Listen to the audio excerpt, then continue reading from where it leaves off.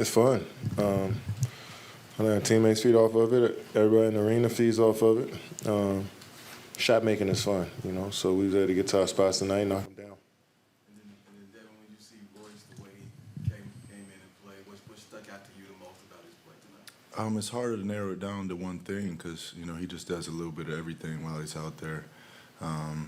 Defensively, taking on his matchup, just being ready, also not even know he was starting until right before the game. And then he's just that great piece where, he's running up, slipping out, moving the ball, and then knocking down open shots. And then, of course, you keeping the hot hand. Was that something you noticed early with you? The shot still carry over from the last game? I think it's just an energy throughout our whole team, understanding what's at stake, what time of year it is, and the ball's hopping around. We're defending at a high level, so, everything's hidden. I have a question for the two of you. I just asked the same thing to Frank. What do you guys think about Phoenix being the center of the basketball world this weekend with the Final Four coming and you guys playing two big games down the stretch? You're opening a new campus here tomorrow? New campus? Yeah. The office. Yeah, the office. Oh, okay, yeah. Yeah, I mean, Final Four, one of the biggest events in the world. Phoenix always been a great host of these type of events. I know it's going to be a lot of young players out here as well that's going to come try to check us out while we got two games, so it worked out. I got a lot of friends from all over the college basketball world coming in town, so it should be some good energy in the city. Book, with your history here, what do you think?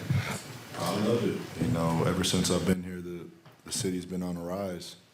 People told me that my first day here that it was one of the most growing cities in the United States. And then once COVID hit, everybody moved out here, and we have All-Star in a few years, Super Bowl just a couple years ago. So, like Kev said, it's a great place to host. It's great weather. It's everything you need.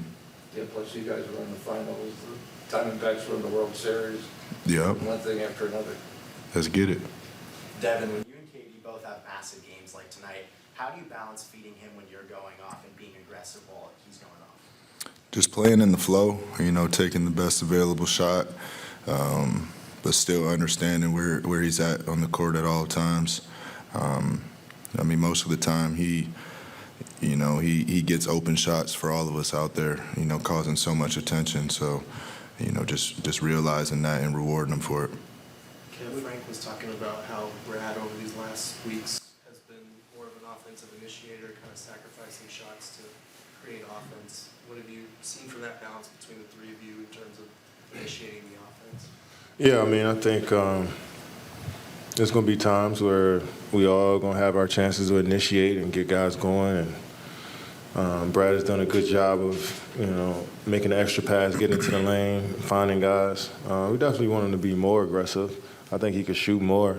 But his approach to the game has been team first, and that's only helped us out. But I think moving forward, him being more aggressive is what we like to see. There's been a lot of talk about the whistle over the last few weeks, letting a lot more contact go. Have you felt that as a guy who normally has to deal with defenders trying to get up under you and kind of root you for your spot?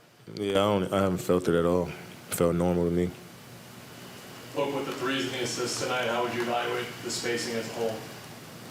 Good. It's been a work in progress throughout the year, and, I think a lot of things are clicking right now. But, I always say it starts with the defense, and then our space and transition allows us to, get one-on-one looks without the defense set, which is our best brand of basketball, I'd say. Has the hardest part to get down been the initial spacing or moving it around once guys start moving and reestablishing it? I think, teams' game plan against us is to be physical, muck things up, and, grab and hold, to be completely honest. So with spacing in the ball, jumping around, it's hard to keep up with it as a defender. So it was good tonight. Know what you were talking about in the huddle in the first half on those doubles. We were trying to sort out the spacing on those. I talk in most huddles, so I don't know. I can't pinpoint that one. mentioned Royce when he's coming up and slipping out. I feel like those ghost screen actions where it looks like he's about to set it, then he doesn't. That just still confuses the defense despite him doing it so many times. Yeah, I love that action. And then, if teams get used to the slip out, then he can actually set it. And then teams will try to throw a lesser defender on him, and it puts them in a bind too. So, he's good at manipulating the defense that way. The book is Brad maybe not being as aggressive the past couple games. Has that opened you up at all offensively? No. I think the more aggressive he is, it opens up for everybody. I think he's been aggressive. He's been getting to the paint a lot. He's honestly been doing a lot of dirty work, offensive rebound tip-outs tonight.